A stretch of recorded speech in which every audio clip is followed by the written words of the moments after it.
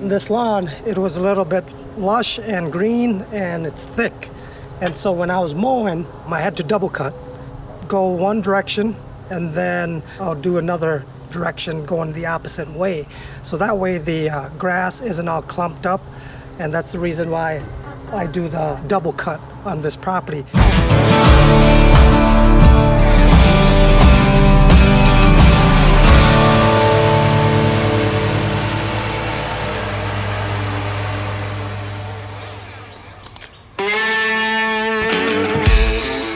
There's a skeleton of a business that you have to get right. Bookkeeping, operations, which is like dispatching and scheduling, and then the financials, which is invoicing and collecting payments and making sure that people don't owe you money for months and months and months.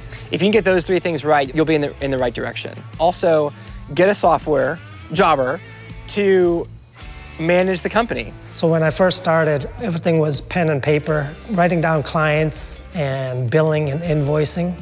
I wish I would have got some kind of a management software in the beginning that saved everything, like the clientele and phone numbers and address and things like that. Just because it's gonna save you a lot of time and a lot of headaches as your business grows. Because if you don't have it in the beginning, it's almost like starting from scratch. It takes that much longer to enter things.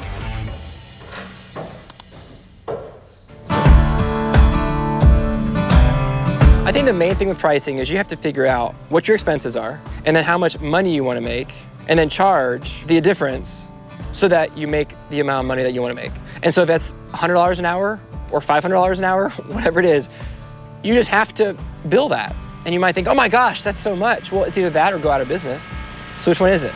If your service is good and you provide a good service, then it's worth it to people. And you have to market that and sell that so people believe you. When I first started, it was mainly like by the hour, just because I had to figure out like how much do I charge here. And then once the years passed, we know exactly how long it's gonna take for, just say 100 square feet of lawn to mow. And so we just give them a number right there. When we were determining how much we would charge, we started out with pretty much basic costs, you know, half an acre, 1 acre. But as we started mowing, we realized that there were just some things that we needed to charge more for. Like if they had a fence and I had to weed eat around the fence and the fence was like 1/4 of an acre, we actually had to include that because we were basically charging about how long it would take us at each location. And unfortunately, we didn't learn it until further down the road, but we eventually got the hang of it and understood how much time it should take us at each location and how much to charge if it took longer.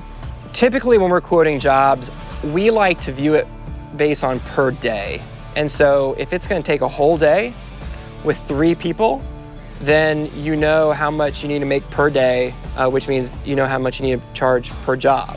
And then you add materials, and then you add a little bit more just for safety and cushion, and that's how much you charge. You also need to figure out how far away the client is, because what happens if you get to a client's house to do a big job and someone forgot something and you're only 5 minutes away, it's not that big of a deal. But what if it's 45 minutes away and they forget something? Well, that's an hour and a half. So you have to build that margin into the price just to make sure that you don't lose. It's just part of business. Knowing your local market is important. When I first started, I just called the local landscaper or lawn care company to ask for a price on your yard. They don't know that you're starting a company, just ask, or have your friends do that. Or you get connected with these other contractors and become friends with them, and they're willing to help and share you the information now.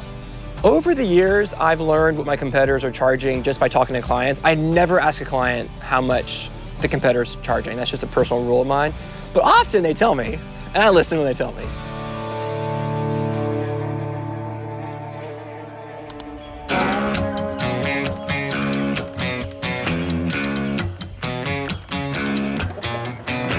Why did we stay owner-operator, right? For us, we just wanted to stay small. Usually there's a threshold, so a lot of the big guys will say, like, either you're a small guy or you're a really big guy. There's really no in-between. We decided to just keep it simple and just keep it us. You know, I spent a lot of years in the Army as a leader, and Kristy spent a lot of years in the corporate world as a leader, and we just sort of wanted it to be us. So it's really a personal preference. I'm not saying that it's bad either way. So when I started when I was 11, things were a little bit different then. But then I went through middle school, high school, college, and then I decided to really go full time with this thing. But I still had to get the boat close enough to the dock so that when I jumped, I actually landed on the boat. And so I had part-time jobs and other jobs to keep me going while I was bridging the gap. But eventually I hired my first guy, and he was a part-time person. And then I had like 2 or 3 people.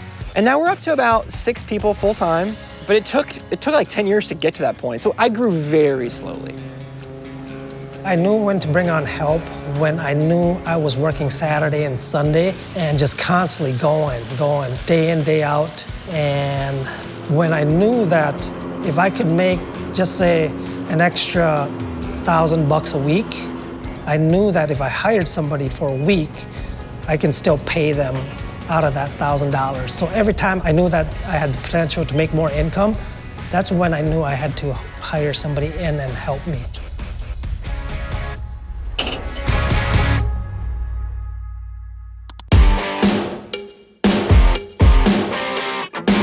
So we use Jobber, and so we have all of our users or our team members use their iPhone to pull up their daily schedule, mark visits complete, post photos, notes, and all that kind of stuff. It buzzes their phone if there's a change in the schedule that day.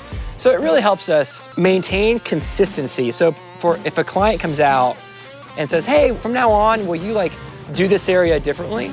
Sure. Well, what happens if next week it's somebody different? They're not gonna know. So the client comes out, well, I told the guy before. Well, yeah, but Jobber allows us to add those instructions to every visit. So even if Joe was here last time and Mark is here this time, Mark sees those instructions and is able to do what the client asked to do last week, even though he wasn't there. And that's really critical. When dealing with weather and lawn care, it's hard because once it stops raining, everybody expects you to mow their lawn. And it can rain for a week and everybody thinks that they're first on the list to get mowed. And if you don't have a big enough crew to get to it fast enough, get some angry clients. What you have to do is you have to book your work Monday through Thursday. And they keep Friday open for anything. Mower breaks down, truck breaks down, or if it rains, you have a whole day of margin to finish the week strong. On rain days, we do maintenance, or we call clients that we need to follow up on and do book work.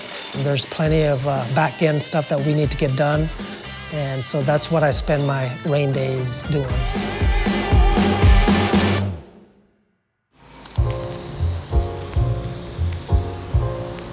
Perception is power. If you want to mow, or if you want to do landscape, or if you really want to work in higher-end neighborhoods and have higher-end clientele with more expendable income, you've got to look the part. And it's a simple thing to do. Fine, you don't have enough money right off the bat, you got to buy some smaller mowers or some used mowers and they're beat up a little bit. Hey, cool, get a can of paint, right? Paint it. If you take care of your equipment, generally it will take care of you. Yes, is stuff gonna break? Yes, it's mechanical, right? It's not like if, it's when it's gonna break. So the idea is to make it break less, right? Less amount of times. If you're an entrepreneur, now's the time to start a business. If you can see the potential of starting a company and weathering the storm with good people, you can build a great company no matter what the economy is doing, whatever the supply chain is. It's hard, it's not easy, but it is worth it if you can buckle down and make it happen.